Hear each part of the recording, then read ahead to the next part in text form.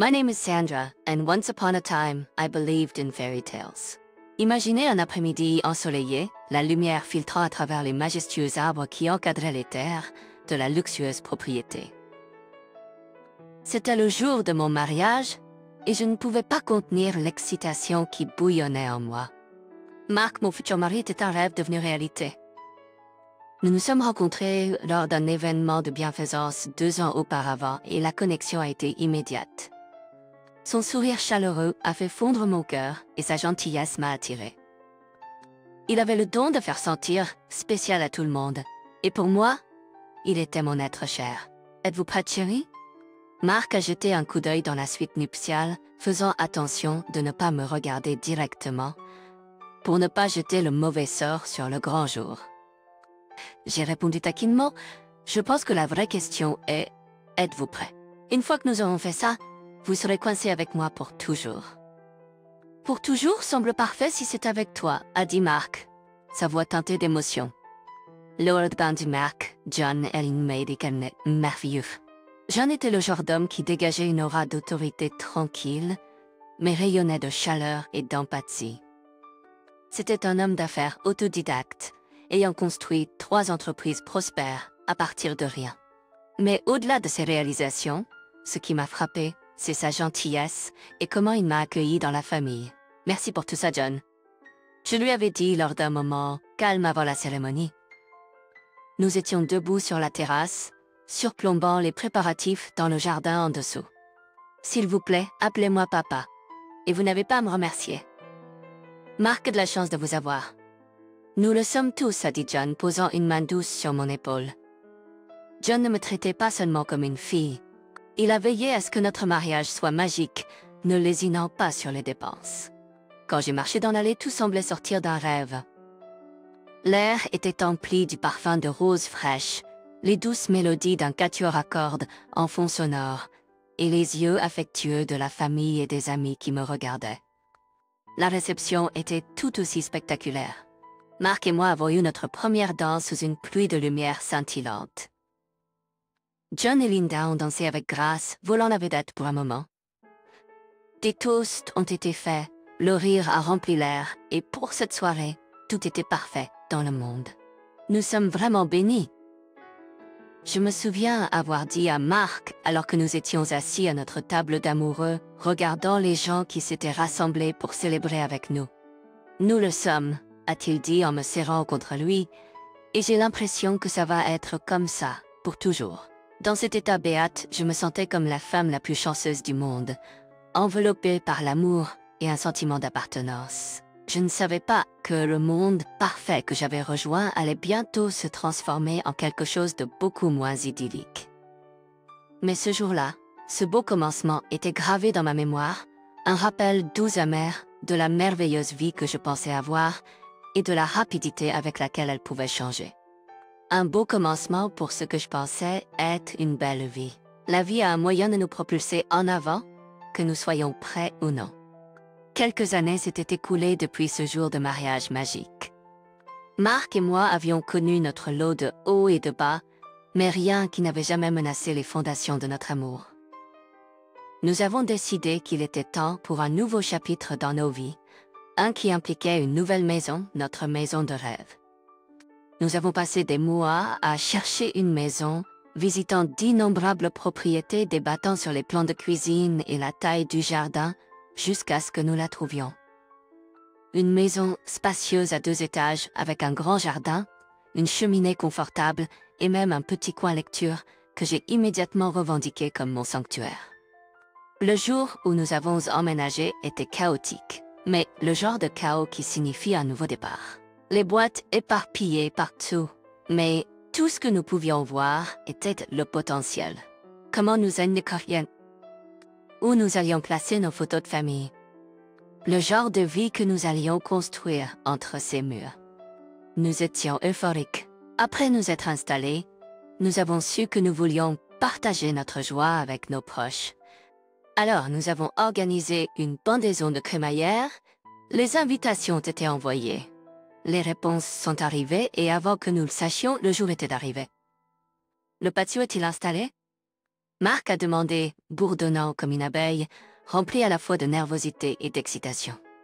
Oui, et les lumières féeriques sont allumées, ai-je dit en plaçant un plateau d'apéritif sur la table à manger. Je pense que tes parents vont adorer, ai-je dit en lui prenant les mains pour un bref instant. J'espère bien. Papa attendait ça avec impatience, a souri Marc en capturant mes mains pour un bref instant. Il n'arrêtait pas de parler, de faire griller des aliments avec moi, depuis que nous avons acheté cet endroit. Et il devrait le faire. Cette maison est autant une célébration de nos familles que de nous, ai-je répondu. La fête a commencé magnifiquement. Notre maison était remplie des rires d'amis et de famille, de l'arôme des aliments grillés et du tintement des verres lors de toasts de célébration. John et Linda sont arrivés, apportant avec eux une chaleur écrasante. Marie, cet endroit est merveilleux. John a exclamé en entrant, les yeux s'élargissant en prenant en compte l'espace. Merci papa, cela signifie tellement que vous soyez ici. Je les serrai fort dans mes bras.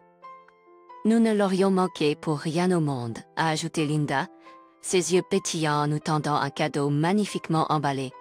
Une peinture personnalisée qui correspondait parfaitement à la décoration de notre nouvelle maison. C'était un geste touchant qui incarnait le genre de personnes attentionnées qu'ils étaient. Au fur et à mesure que la soirée se déroulait, il y avait des conversations sincères et beaucoup de mélanges. Marc et John ont sympathisé autour du grill, retournant les burgers et échangeant des blagues, leur rire portant au-dessus du brouhaha des conversations de fête. Linda et moi nous sommes retrouvés dans la cuisine, partageant des recettes de famille et même cuisinant rapidement un plat ensemble. Alors, quand est-ce que vous allez remplir ces pièces vides? Linda m'a fait un clin d'œil alors que nous cuisinions, un coup de taquin vers l'idée de petits-enfants. Avec le temps, Linda, avec le temps, ai-je ri, un sentiment de confort m'enveloppant. Je me sentais vraiment partie de leur famille.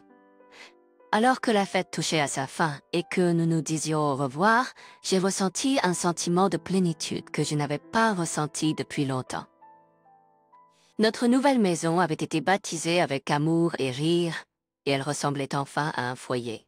Cette nuit-là, Marc et moi nous sommes effondrés sur notre canapé encore neuf, épuisés, mais heureux.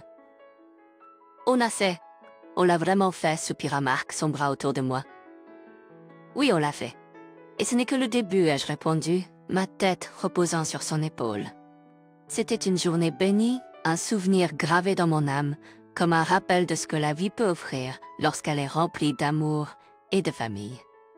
Un moment parfait, figé dans le temps, juste avant que tout ne change. Et le changement, comme j'allais bientôt l'apprendre, est la seule constante dans la vie. Les jours suivant la mort de John étaient sombres, chaque instant traînant comme une éternité. J'étais enveloppée dans un brouillard de chagrin, comme si je marchais à travers un marais de désespoir qui me collait, refusant de me lâcher. Les préparatifs pour les funérailles étaient en cours, mais l'atmosphère était étouffante, avec des tensions non dites et des agendas cachés. Marie est rentrée chez elle, son visage marqué par le chagrin, mais ses yeux étrangement dépourvus de chaleur envers moi. Marc était distant, plongé dans son travail comme s'il pouvait servir de bouclier contre la douleur inévitable qui accompagne la perte d'un parent. 3 jours avant les funérailles, Marie s'est approchée de moi, dans la cuisine. Sa voix était froide, le genre de froid qui coupe plus profondément que n'importe quelle lame. Marie, Sandra, je ne pense pas qu'il serait approprié que tu assistes aux funérailles, dit-elle en évitant mon regard. Les mots étaient à peine un murmure, mon incrédulité masquant toute autre émotion. Tu m'as bien entendu continuer. Mais les amis et les associés seront là. C'est une question de réputation maintenant. Réputation? C'était moi qui m'occupais de lui, qui l'aimait quand tout le monde était trop occupé. Comment peux-tu me dire ça? Je pouvais sentir mon pouls s'accélérer, ma voix teintée d'un mélange de colère et d'incrédulité. Marie s'est penchée plus près. Ne faisons pas semblant que tu l'as fait par amour. Tu espérais avoir une part de l'héritage? C'était comme une gifle au visage. Mes yeux ont croisé ceux de Marc, qui venait d'entrer dans la pièce.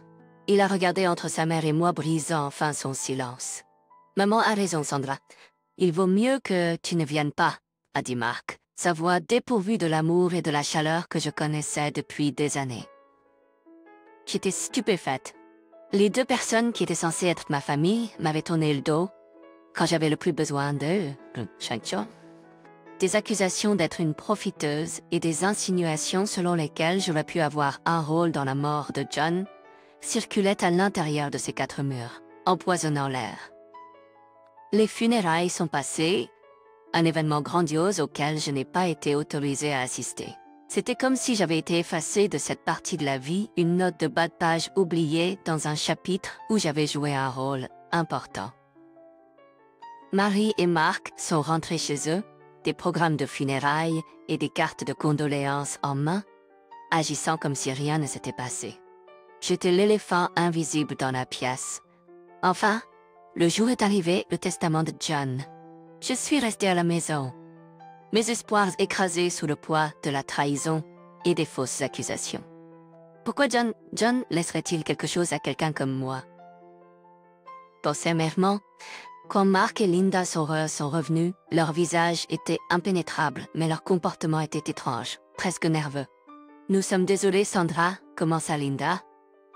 Nous nous sommes trompés à ton sujet. S'il te plaît, pardonne-nous. » J'étais perplexe, mais avant que je puisse demander une explication, mon téléphone a sonné. Passe. Il m'a informé que John m'avait légué toutes ses propriétés et ses entreprises. Chaque actif d'une valeur de millions était maintenant à moi, selon le dernier souhait de John. C'était comme si le brouillard s'était dissipé. J'ai regardé Mark et Linda. Mes yeux se sont enfin ouverts sur la profondeur de leur traîtrise. Et à ce moment-là, une résolution ferme s'est cristallisée en moi. Ils m'avaient montré leur vraie couleur, et il était temps pour moi de peindre un nouveau tableau, un dans lequel ils ne faisaient pas partie. Vous devez tous les deux partir. C'est ma maison maintenant, ai-je déclaré ma voix ferme. Ce n'est pas si simple, bégaya Mark. En fait, si ai-je rétorqué, si vous ne partez pas, j'appellerai la police pour vous faire sortir. Stupéfaits, ils ont rassemblé leurs affaires et ont quitté la maison dont ils ne pouvaient plus revendiquer la propriété. Je me suis retrouvée seule dans le spacieux salon, un mélange de triomphe et de tristesse me remplissant. J'avais peut-être gagné un empire, mais j'avais perdu une femme, une famille. En montant dans mon lit cette nuit-là, j'ai murmuré un doux merci à John, où qu'il soit. Le lendemain matin, j'appellerai le meilleur avocat de la ville et entamerai la procédure de divorce. Mark et Linda avaient joué leurs cartes. Et maintenant, c'était à mon tour. L'échiquier était prêt, et je n'étais plus un pion. La vengeance, comme on dit, est un plat qui se mange froid et je ne faisais que commencer. La lumière du matin traversait les rideaux, projetant une lueur chaleureuse sur la pièce qui était profondément incongrue avec le froid dans mon cœur. J'ai fixé le plafond un moment, absorbant la gravité de ma nouvelle situation. Aujourd'hui était le jour où je ferais les choses correctement, pas seulement pour moi, mais aussi pour John qui m'avait confié son œuvre de toute une vie. J'ai sorti mon téléphone et composé le numéro de la meilleure avocate en divorce de la ville, une femme redoutable nommée Marie, connue pour son esprit acéré et son approche intransigeante de la loi. Marie, c'est Sandra. Devons parler, ai-je commencé, me préparant pour le chemin à venir. Je veux divorcer et je veux m'assurer que Mark et Linda n'obtiennent rien de l'héritage de John et je dis chaque mot lourd mais nécessaire. Au cabinet d'avocats, nous avons passé au peigne fin les documents légaux en disséquant chaque éventuelle faille que Mark et Linda pouvaient exploiter. Caroline était méticuleuse, s'assurant que ma revendication de l'héritage de John était étanche. Je suis prête, je l'ai assuré, pas. J'ai passé assez de temps à les sous-estimer. Maintenant, c'est à leur tour de me sous-estimer. Quelques jours plus tard, nous avons reçu la première contre-attaque de Mark et Linda, une pétition contestant le testament. L'audace de leur action était à la fois exaspérante et d'une certaine manière attendue, mais contrairement à eux, j'avais la loi et la morale de mon côté. Nous nous sommes retrouvés devant le tribunal, une grande salle remplie d'une épaisse atmosphère de tension et d'inimitié non dite. Mark et Linda étaient assis de l'autre côté, leur visage marqué d'un mélange d'arrogance et de désespoir. Nous sommes ici pour discuter de la contestation du dernier testament de Monsieur John Williams. Les enjeux sont élevés et j'attends de toutes les parties qu'elles se comportent avec le plus grand décorum. J'ai pris la parole en premier, détaillant les mois que j'avais passés à m'occuper de John, l'amour et la confiance que nous avions construits, et l'assassinat de mon caractère que j'avais subi de la part de ceux que je considérais comme ma famille. Mon témoignage était un mélange de faits, d'émotions et de détermination inébranlable. Votre honneur, bien qu'il soit vrai que Sandra ait pris soin de mon père pendant sa maladie, nous avons des doutes sur la légitimité de ce testament. Nous pensons qu'elle aurait pu le contraindre à le changer. Vos accusations sont graves, Monsieur Williams. Avez-vous des preuves? Non, votre honneur, mais... Alors vos accusations sont sans fondement. Compte tenu du poids émotionnel et moral des preuves présentées, je ne vois pas de raison de contester le testament. Tous les actifs et les propriétés resteront entre les mains de Madame Sandra Williams, a déclaré le juge, faisant tomber son marteau telle une épée de justice. Alors que nous sortions de la salle d'audience, Marie se pencha vers moi et chuchota. « Bien joué, Sandra. » Mark et Linda semblaient vaincus, leurs intentions perfides exposées au grand jour. Mais pour moi, c'était plus qu'une simple victoire judiciaire. C'était un triomphe moral. Un triomphe moral, une revanche de l'amour et de la confiance sur l'avidité et la tromperie. Alors que je sortais du palais de justice, mes talons cliquant avec une nouvelle détermination, je ne pouvais m'empêcher de sentir que quelque part, John veillait sur moi, acquiesçant d'un signe de tête. La vengeance est un plat meilleur servi froid, mais la justice était un feu et il venait tout juste de commencer à brûler. L'air était chargé de changements lorsque je suis entrée dans ce qui était maintenant, sans équivoque, ma maison. La victoire au tribunal avait été satisfaisante. Mais j'étais maintenant confrontée à la tâche de restructurer les entreprises et de protéger l'héritage de John. Mark et Linda étaient sortis de ma vie, légalement et personnellement, mais leur ombre planait comme une pensée après coup, un dernier chapitre attendant d'être écrit. J'ai immédiatement commencé à travailler, rassemblant une équipe d'experts pour m'aider à gérer les entreprises de John. Nous avons passé en revue les bilans comptables et les plans stratégiques, prêts à maintenir l'intégrité des entreprises tout en mettant en œuvre des changements progressifs. Les journées étaient longues et les nuits encore plus, mais le poids de la trahison qui pesait sur moi semblait s'atténuer à chaque décision que je prenais, à chaque plan que je mettais en œuvre. Puis un après-midi, mon téléphone a vibré avec un message entrant. C'était de Mark. Sandra, pouvons-nous parler? Il y a des choses qui doivent être dites. Contre mon meilleur jugement, j'ai accepté de le rencontrer dans un café, un terrain neutre où les mots pourraient être échangés sans l'encombrement émotionnel de nos vies passées. Il est